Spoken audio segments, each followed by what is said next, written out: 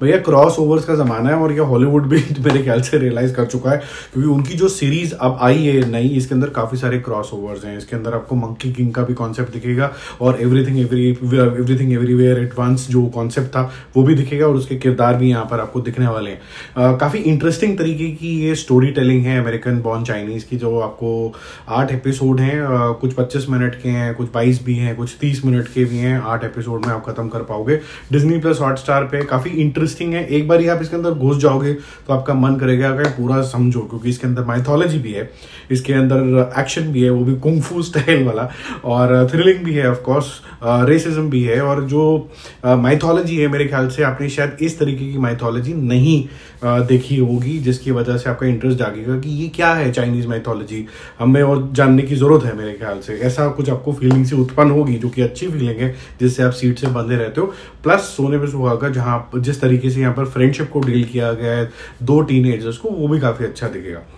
मेरे लिए ये इंपॉर्टेंट था कि जैसे everything everywhere all at once का, एक तो नाम इतना लंबा है ना, उसकी जो स्टार कास्ट जैसी मैंने देखी, हस्बैंड वाइफ बच्ची, और जैसे ही मैंने ये देखा मिशेल यूओ इसके अंदर, तो मेरा इंटरेस्ट लेवल तो वैसे ही जाग गया था। ऊपर से मंकी किंग का भी रेफरेंस आ गया। मंकी किंग वो ओरिजिनल मंकी किंग वाला आर्टिस्ट तो नहीं है, बट अलग है।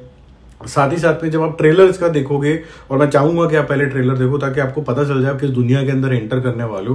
वहां पर पैरेलल यूनिवर्सेस और इंटरडायमेंशनल जाने की भी बातें यहाँ पर शुरू हो जाती है। तो कहानी यहाँ पर जिम वांग की होती है, जो कि एक अमेरिकन स्कूल के अंदर है। मन से ऑलमोस्ट वो अमेरिकन हो चुका है, घर से कल्चरली वो चाइनीज है, कंफ्यूज है बेचारा कि मैं चाइनीज हूँ कि अमेरिकन हूँ। और उसकी जिंदगी जो है ना तो अच्छी चाइनीज के साथ बीत रही है, ना फिर अमेरिकन के साथ बीत रही है। एक दिन उसकी क्लास में एक और नया लड़का आता है, अब उसको बड़ी बना दिया जाता है क्योंकि वो भी चाइनीज है। तो ठीक है, ये 2 एशियंस हैं, आपस में मेल बांट के कुछ कर ही लेंगे। तो यहाँ पर आपको रेसिज्म और थोड़ा बहुत इनडायरेक्ट तरीके की जो बुलिंग होती है, इनडायरेक्ट तरीके की खिंचाव जो होता है, जिससे आप अलग समझते हैं। यहाँ पर भी कई बार हम अपने ईस्ट इंडिया के जो भाई हैं, उन बहन हैं, जो उनको भी हम थोड़ा चिंका वगैरह कुछ इस तरीके की चीज़ों से बुला लेते हैं, विच इज़ नॉट गुड। तो यहाँ पर इनकी जो लाइफ है तब कॉम्प्लिकेटेड हो जाती है जब पता चलता है कि जो नया स्टूडेंट आया है, इसके जो लिंकेजेस हैं इतने छोटे मोटे नहीं है, ये तो एक गॉड का बेटा है। और फिर क्या कुछ होता है और कैसे ये इन्वॉल्व हो जाता है एक लार्जर स्कीम ऑफ थिंग्स के अंदर, वो काफ़ी ज़्यादा इंटरेस्टिंग हो जाता है। जब मैं इसको देख रहा था तो जो ये लिंकेजेस बिठाई गई हैं अलग अलग स्टोरीज की, चाहे वो मंकी किंग की कहानी हो, चाहे फिर ये नॉर्मल ह्यूमन की कहानी हो, फिर everything everywhere all at once के जो कैरेक्टर्स हैं, इसका जो जोड़ना विद माइथोलॉजी और इजी तरीके से समझा पाना, क्योंकि इसके अंदर वो ह्यूमरस तरीके से समझाया गया है, वो आपको अच्छा लगेगा। एक्शन भी भरपूर है, कुंग फू स्टाइल का है, लेकिन हर एक एपिसोड में नहीं है, कुछ कुछ एपिसोड में है, तो आपको अच्छा लगेगा। फर्स्ट एपिसोड में है, फिर एक 3rd एपिसोड के अंदर है। 3rd एपिसोड तो खैर मेरे को काफ़ी ज़्यादा बढ़िया लगा, उसके अंदर ह्यूमर भी बहुत ही तगड़ा वाला है। दूसरा, आई थिंक ह्यूमर होने के बावजूद भी जो आपको एक स्ट्रगल समझ में आनी चाहिए इस बच्चे की, जिनकी कि मैं हूँ तो चाइनीज़ और अमेरिकन बाय हार्ट हूँ, तो मेरी जो स्ट्रगल है वो क्या कम्युनिकेट हो पाती है कि नहीं हो पाती है, वो अच्छे से कम्युनिकेट हो पाती है।